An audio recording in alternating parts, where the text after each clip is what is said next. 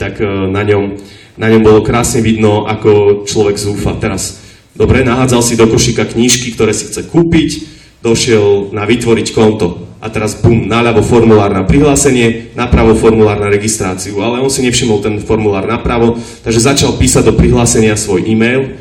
Teraz zrazu bum, heslo. Moment, ja na Martinuse nemám žiadne heslo. Do keľu, OK, pozerá, čo sa deje. Napravo formulárik na vytvorenie konta. OK, začal tam písať. Teraz mu napadlo, je to naozaj tak? Tak sa pozeral znova naspäť a tam bol taký odkaz, že neviem heslo, aby ste si vedeli obnoviť zabudnuté heslo. No, ja neviem vlastne heslo, tak teraz chvíľu rozmýšľal, či má stlačiť to tlačidlo, neviem heslo. Ale potom ho napadlo, že nie, to bude asi správna možnosť napravo, ale keďže naľavo už začal niečo vyplňať, tak začal vymazávať kolónky a nakoniec stlačil víťazoslávne vytvoriť konto.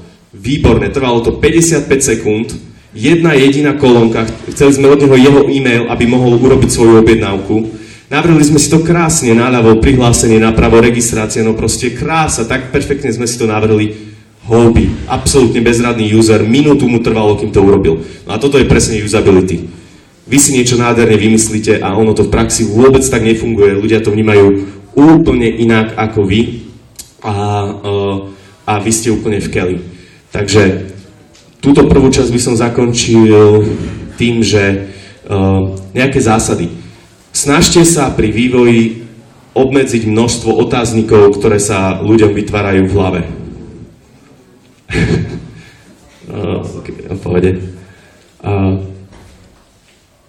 Snažte sa naozaj zmenšiť ten počet otáznikov. Nech každému je jasné, čo na tej stránke je. Nazvite veci tak, ako ich volajú bežní ľudia. Čiže keď ľudia poznajú slovo prihlásenie a nie login, tak nehovorte login, hovorte prihlásenie. Keď vy máte v hlave, že vaša funkcia sa volá forgot password, dokeľu s tým. Neviem svoje heslo. Normálne hovorte ľudským, ľudovým jazykom. Nesnažte sa vymýšľať koleso. Ľudia poznajú bežné prvky, tlačidlo, poznajú, čo je odkaz, keď je to podtrhnuté, poznajú, že toto je kolónka, kde môžem niečo napísať. Toto všetko ľudia poznajú. Ak začnete vymýšľať dizajnovo a veci nebudú vyzerať tak, ako úplne základne to ľudia poznajú, tak tomu nebudú rozumieť. Čiže keď si vymyslíte úžasný font na odkazy, kde odkaz nebude podstrhnutý napríklad a bude podobným fontom ako text, tak ľudia nevedia, že na to môžu kliknúť. Ale keď im dáte najavo, že na to môžu kliknúť, lebo použijete známy prvok, paráda, zvládnu to. Používaj jazyk tvojej mamy, to je to, čo som hovoril. Fakt, najlepší mentálna pomôcka. Predstavte si vašu babičku alebo mamu. Rozumela by tomuto webu?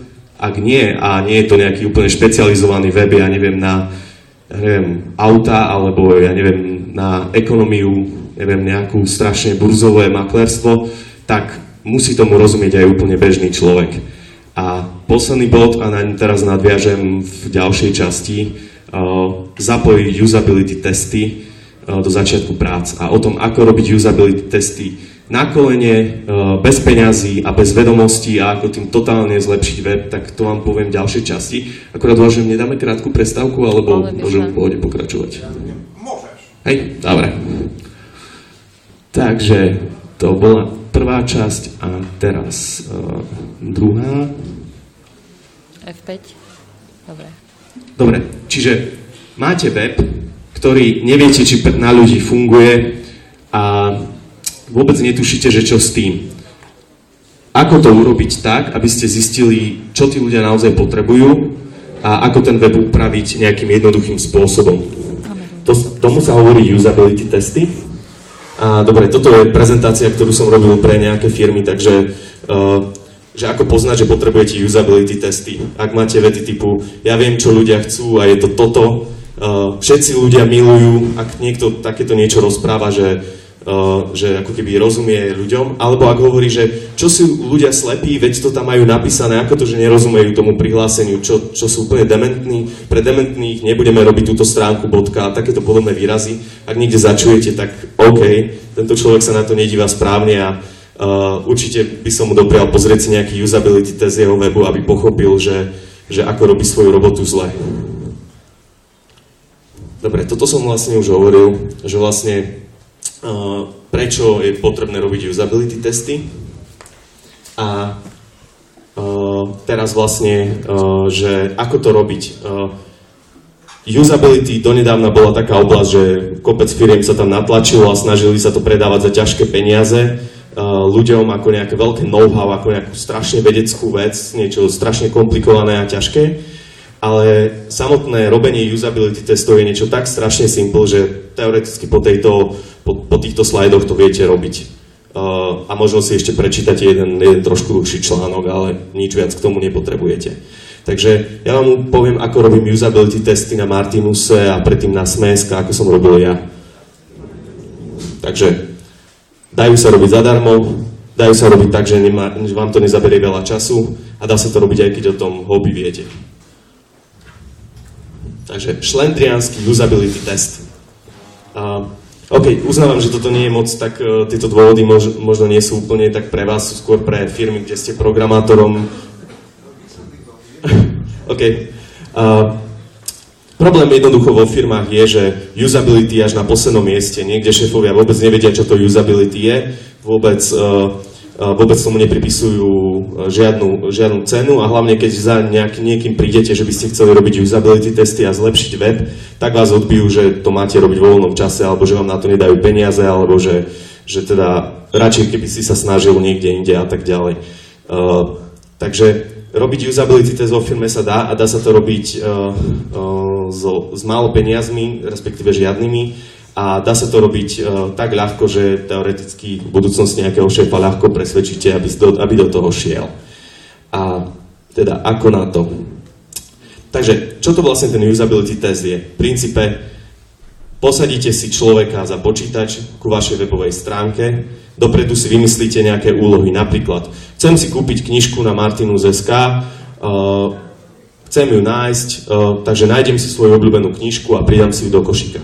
Posadíte sa vedľa neho, prečítate mu toto zadanie a pozorujete ho.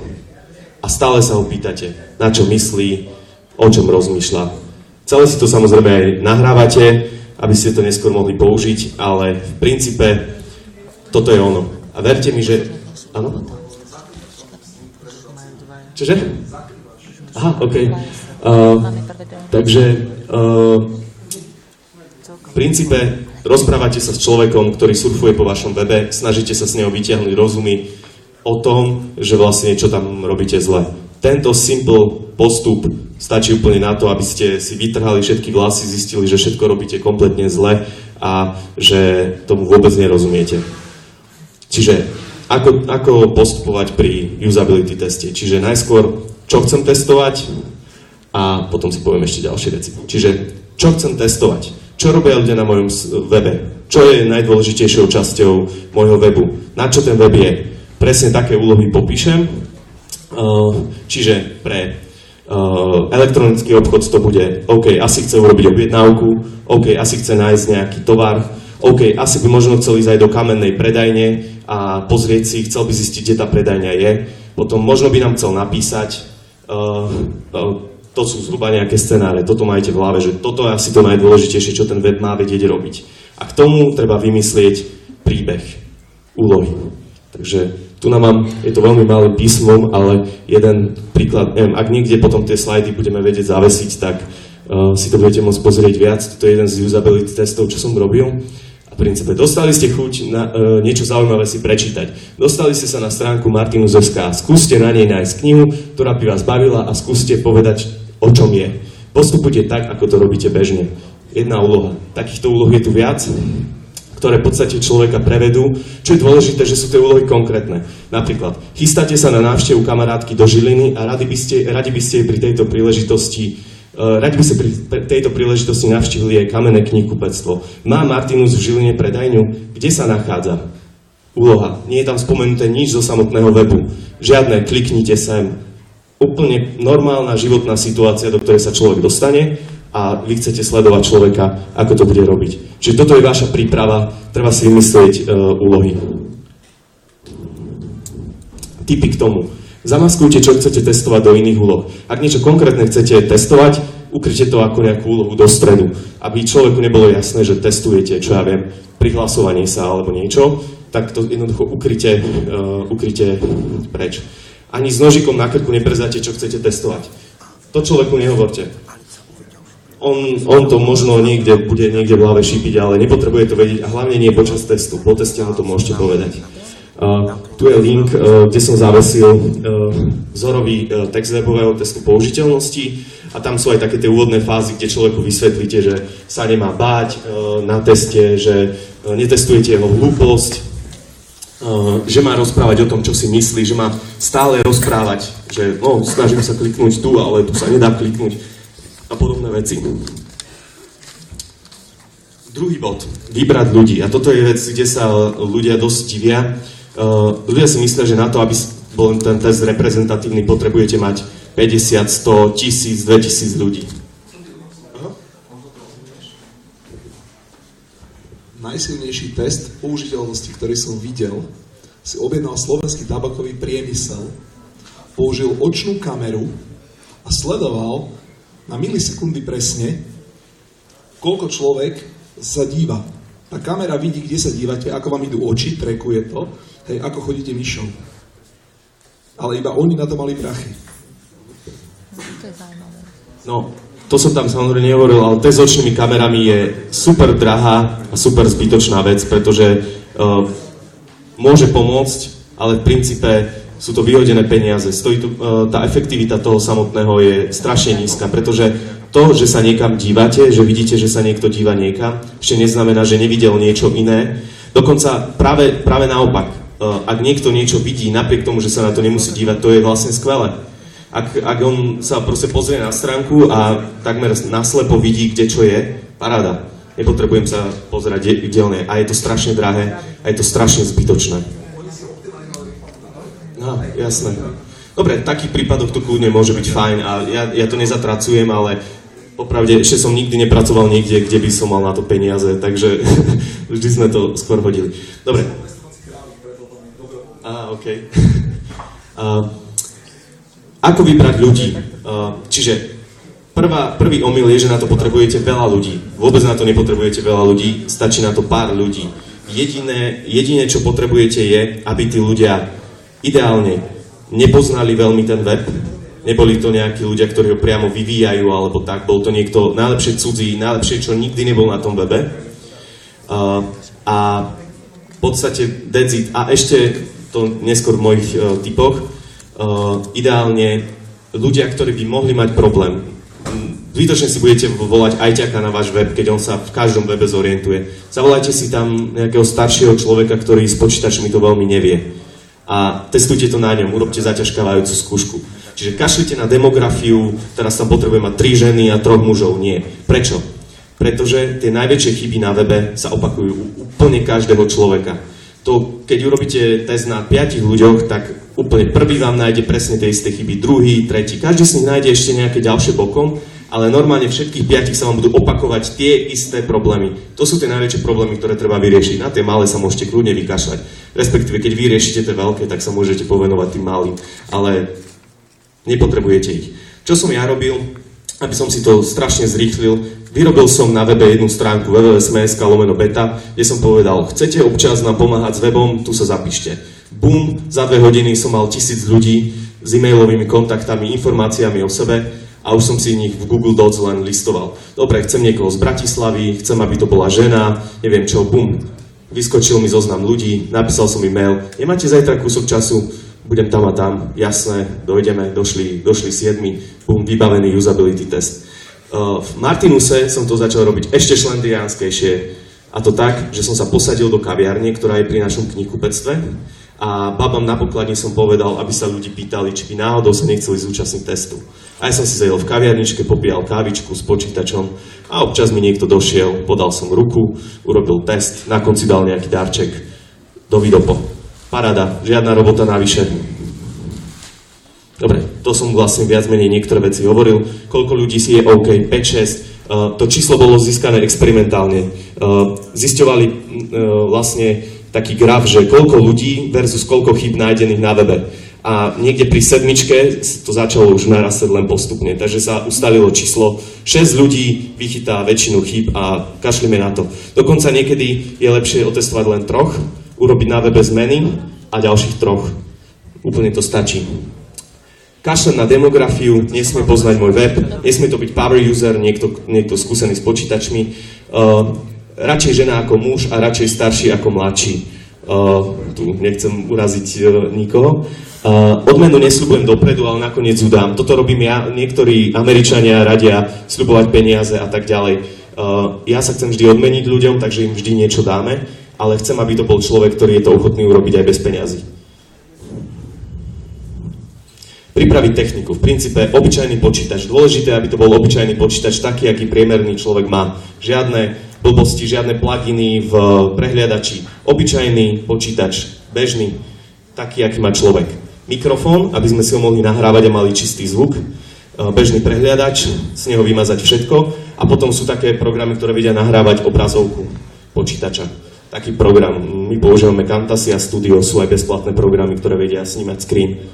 A vytlačené scenáre. A ešte papiere na podpis, to som tam v predchádzajúcom slajde dal link, tam je wordovský dokument, kde máte týmto súhlasím, že môj obraz bude prenášaný a použije sa výhradne na vývoj webu a tak ďalej. Také tie formality.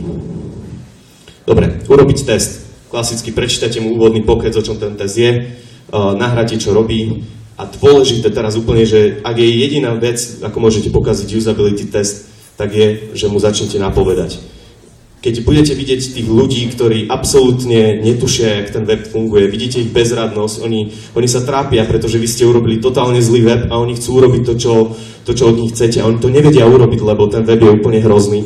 Tak samozrejme, čo človeku príde, úplne záchranársky efekt, chcem mu povedať, a čo keby si klikol tu a podobne, chcem mu napovedať. To je úplne najhoršie, čo sa môže stať a nejaké prvé 2 moje usability testy vyzerali presne tak, že som párkrát proste zlyhal a človekovi som poradil, čím som kompletne zničil to, čo mi mohol povedať. A neustále sa ho pýtať, na čo myslíš, niečo sa ti nezdá, skús mi hovoriť, čo robíš, stále ho vyzývať k tomu, aby verbalizoval jeho myšlienkové pochody, aby mi čo najviac povedal. To je úplne najlepšie, takto to robiť. Dôležité, čo je pri usability testoch, je etika. Etika. Základné pravidlo usability testu. Po usability teste nesmie nikto odísť v horšom psychickom rozpoložení, ako prišiel. Prečo to hovorím? A vrátane teba. Prečo to hovorím? Pretože ľudia tým, ako sa vyvinulo nejaké, že ja som lúzer, ja to neviem s počítačmi a podobne, ľudia začínajú seba obviňovaním. Vždy to príde. A ja im vtedy vždy musím riadne vtlkať do hlavy. Nie, to my sme debili, my sme urobili ten web zle, ty ho máš vedieť používať. Každý ho má vedieť používať. A ďakujeme, pomohol si nám, našiel si u nás chybu. Toto stále opakujem. Je to pravda. A tí ľudia to potrebujú počuť. Nepáchaj samovraždu. Tomáš, ale teba potom kto podporí, že ja som blbý, ja som zle urobil web a oni teba, ale nie, veď to nebolo až také hrozné. Nikto má. S tým sa musí človek vysporiadať sám. Čo je najhoršia vec, po prvom usability teste som chodil jeden deň totálne v smútku, pretože keď dobre postavíte usability test, tak jeho výsledkom je, že je všetko zlé. Všetko vyšlo úplne zlé, ľudia nevedia, všetko, čo sme zamýšľali s ľuďmi, nefunguje, ľudia sa strácajú na webe. Takto to je a treba to brať, ale zároveň si človek musí uvedomiť, že áno, OK, ale je tam aj veľa dobrých vecí, ale na to ten usability test nie je. Ten usability test je na to, aby mi ukázal, ako to robíme zle. Takže nepáchať samovraždu a užiť si to dno, ale potom bude nasledovať to, čo ukážem v ďalších slajdoch. A tu je ešte dôležitá poznámka. Usability, keď budete niekde vo firme, by mal vidieť úplne každý. Úplne každý, kto robí niečo s tým webom, lebo tá skúsenosť, ten šéf, ktorý vám nechcel dovoliť usability testy, keď uvidí usability test, po prvom človeku si povie, bože, to je debil, ako to nemohol vedieť. Pri druhom začne uvažovať, ani tento. Čo si tam za debilo pozval na ten usability test? A pri piatom pochopí, aha, takže to my sme debili a nie tí ľudia, lebo nie je možné, aby všetci robili rovnaké chyby. Čiže usability test treba púšťať každému. Ten záznam treba vo firme pustiť úplne každému. No a teraz ako na opravovanie vecí, ktoré tam nájdete, len veľmi v skratke. Steve Krug je jeden úplne perfektný usability expert a on prišiel s 2 krugovými zákonmi opravovania chýb. Prvé znie urob najmenej, ako sa dá. To je úplne že šlendriánske pravidlo a to znie nesnaž sa riešiť veci komplexne. Komplex, čiže napríklad dostanete pocit, že ten web je úplne zlý a treba ho kompletne celý prerobiť. Vymazať všetko a začať od znova. Najväčšia chyba, akú by ste mohli kedy urobiť. Jednak, keď to budete riešiť komplexne, zabere to veľa času a nemyslíte si, že sa vyhnete chybám. Vymyslíte nové. Budú nové chyby, nový problém a ste tam, kde ste boli predtým. Navyše ste minulý rok vývoja a všetko je úplne v keli. Takisto sa to kľudne nemusí vôbec stať, že to dokončíte. Vôbec. Takže tu je porovnanie, že diletantské riešenie chýb a komplexné riešenie chýb. Diletantské riešenie je, že urobíte naozaj najmenej, ako sa dá. Napríklad ľudia nevidia nejakú chybovú hlášku, tak zväčším font. Nezabralo? OK, dám to červeným.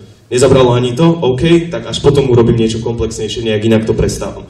Vždy vychádzam z toho, čo je hotové a robím najmenšiu možnú operáciu, aby som vyriešil niekoho problém. Idem úplne po efektivite. Niektoré chyby viete opraviť za 2 minúty. Opravte ich. Riešte tie najväčšie veci, ale neriešte ich komplexne, lebo to je peklo. Takže porovnanie diletantského riešenia a komplexného riešenia. Diletantské riešenie, oveľa menej ľudí bude trpieť chybou. Komplexné riešenie, nikto alebo skoro nikto nebude trpieť chybou. Diletantské riešenie je ľahko uskutočniteľné, komplexné riešenie vyžaduje veľmi veľa práce. Diletantské riešenie je hotové do pár minút, komplexné riešenie môže trvať mesiac, 2 a možno to nebude nikdy. Jednoznačne diletantské riešenie vyhráva. A druhé pravidlo Steva Kruga, nepridávaj